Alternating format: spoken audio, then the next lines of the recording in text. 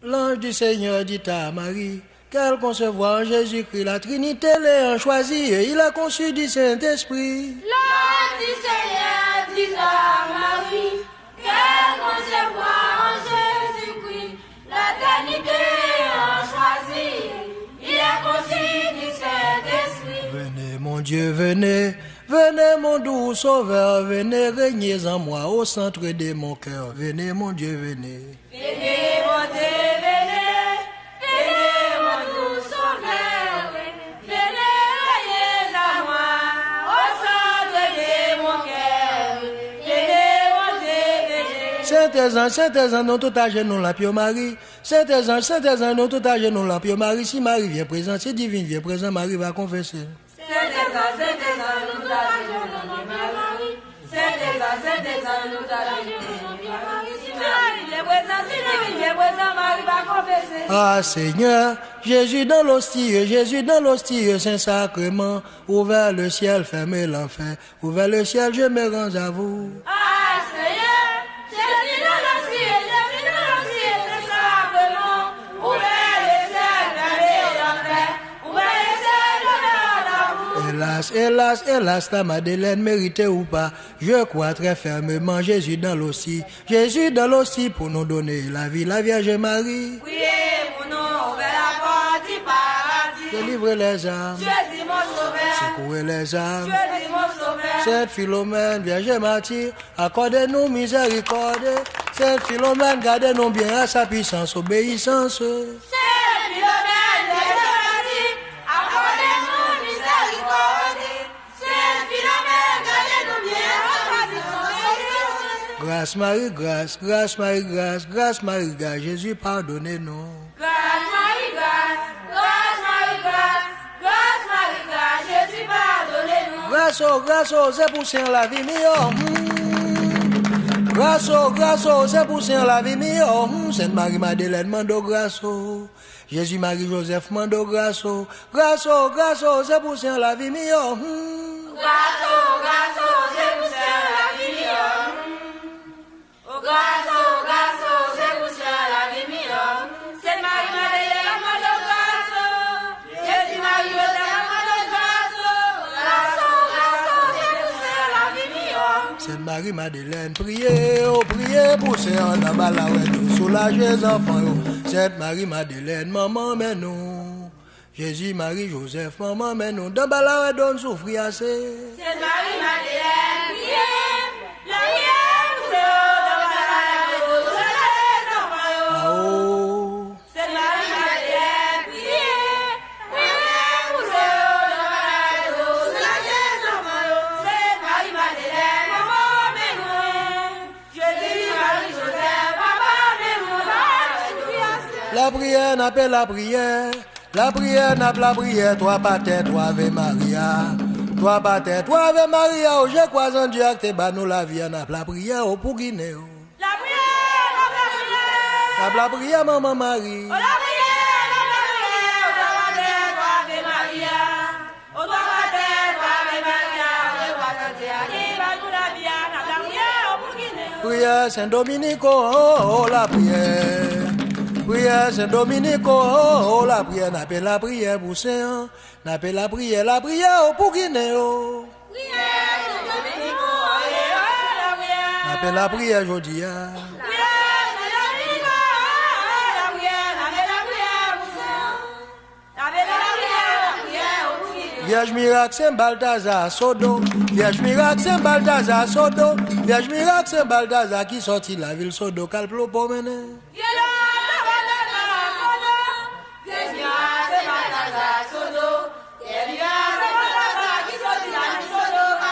Confiance en Dieu le Père Tout-Puissant. Je crois en Dieu le Père Tout-Puissant. J'espère en Dieu le Père Tout-Puissant. Plein grené gangan Santa Maria. Confiance en Dieu le Père Tout-Puissant. J'espère en Dieu le Père Tout-Puissant. Je crois en Dieu le Père Tout-Puissant. Plein grené gangan Santa Maria. Agoli sak badja ungansiye. Qui s'est donné son. Agoli sak badja ungansiye. Qui s'est donné son. Zo limache, zo limache, quoi fond marché, quoi marché, non la vie de la mais bon Dieu. So limache,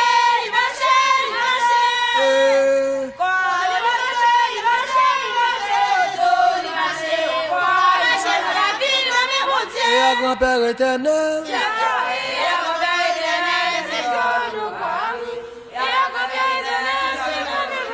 Et à Jésus-Christ.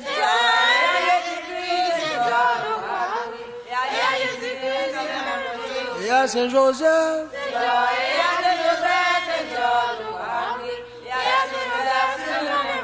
Et à tous ces garçons dans le ciel.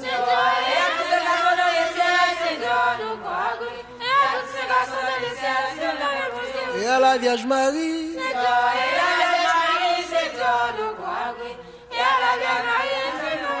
Et à Grande Sainte-Anne.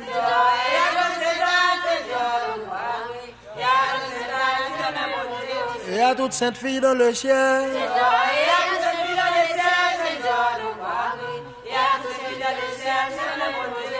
Agolisak Badia Ungansiye. Agolisak Badia Ungansiye. Zoli marché, li marché, li marché. Zoli marché, li marché, li marché. Quoi faut marcher, quoi marcher dans la vie, là, mais bon Dieu. Zoli marché, li marché, li marché. Quoi, li marché, li marché, li marché. Zoli marché, quoi marcher dans la vie, là, mais bon Dieu. Ati bon leg ba si wo, quand yo le o leg ba o. Ati bon leg ba si wo, quand yo le o leg ba o dans tamina o si wo. Ati bon leg ba si wo, quand yo le o leg ba e. Ati bon leg ba si wo, quand yo le o leg ba e. Dans tamina o si wo. Créole son demi wa o leg ba o. Créole son demi wa o leg ba o. Aïsan vieux créole son demi wa leg ba e o.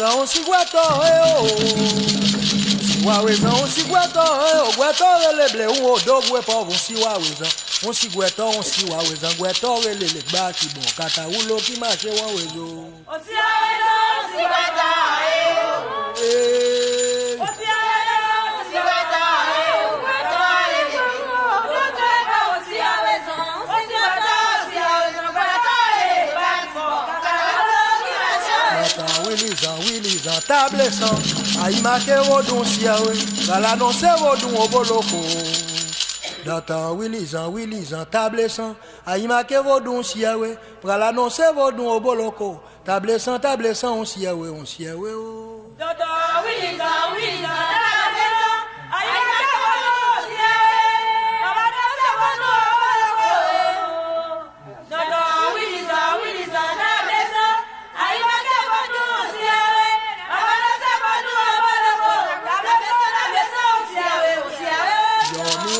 e aizan dole o vodun la sudom do semiwa yo mi wazan e aizan dole o vodun la sudom do semiwa ida do sen do mi wa e na bala do sen do mi wa e aizan dole o vodun la sudom veve la sudom do semiwa jo mi wazan e aizan dole o vodun la sudom do semiwa e o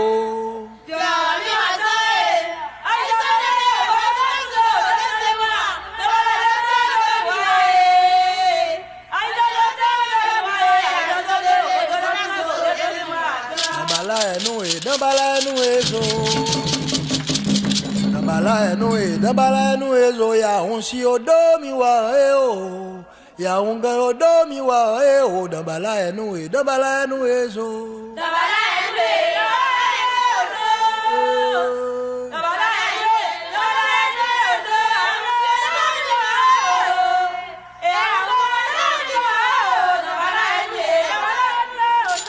lele sa sobo lele o ai lele sa sobo lele o ai non tout ti won si on ki man kon veve non tout ti won si on ki man kon veve lele sa sobo lele o ai lele sa sobo lele o ai lele sa sobo lele o ai non tout ti won si on ki man kon veve a non tout ti won si on ki man kon veve lele sa sobo lele o ai badete si dasi madame ko itasi mi no ni bonibo badete si dasi madame fo itasi mi no ni bonibo e o soleil o e o zekle o badete si dasi madame fo itasi mi no ni bonibo badete si dasi madame fo itasi mi no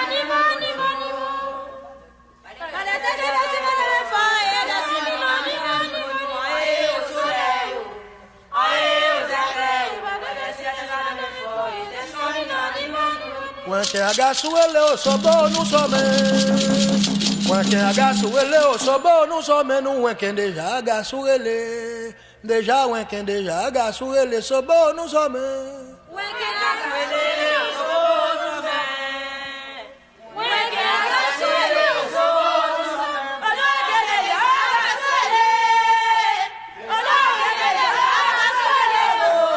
Salade, imamunda gime salade, achiwale sou salade. Alade, imamunda gime salade, achiwale sou salade. Zenglese agazu mishi doko vimua, achiwale sou salade oh. Salade, imamunda gime salade. Salade, imamunda gime salade, achiwale sou salade. Achiwale sou salade, doko vimua, achiwale sou salade. Agwe un so agwe yo, rele un so agwe yo. Rele un so agwe yo, rele un so agwe. Un so agwe yo, rele un so agwe.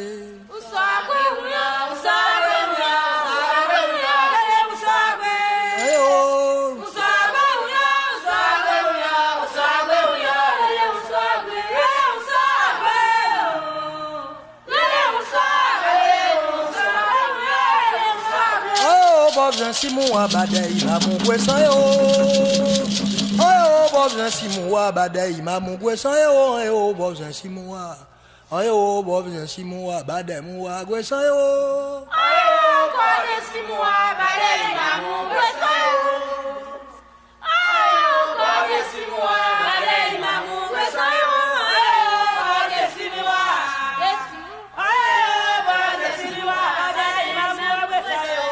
On s'y joie, nous assez.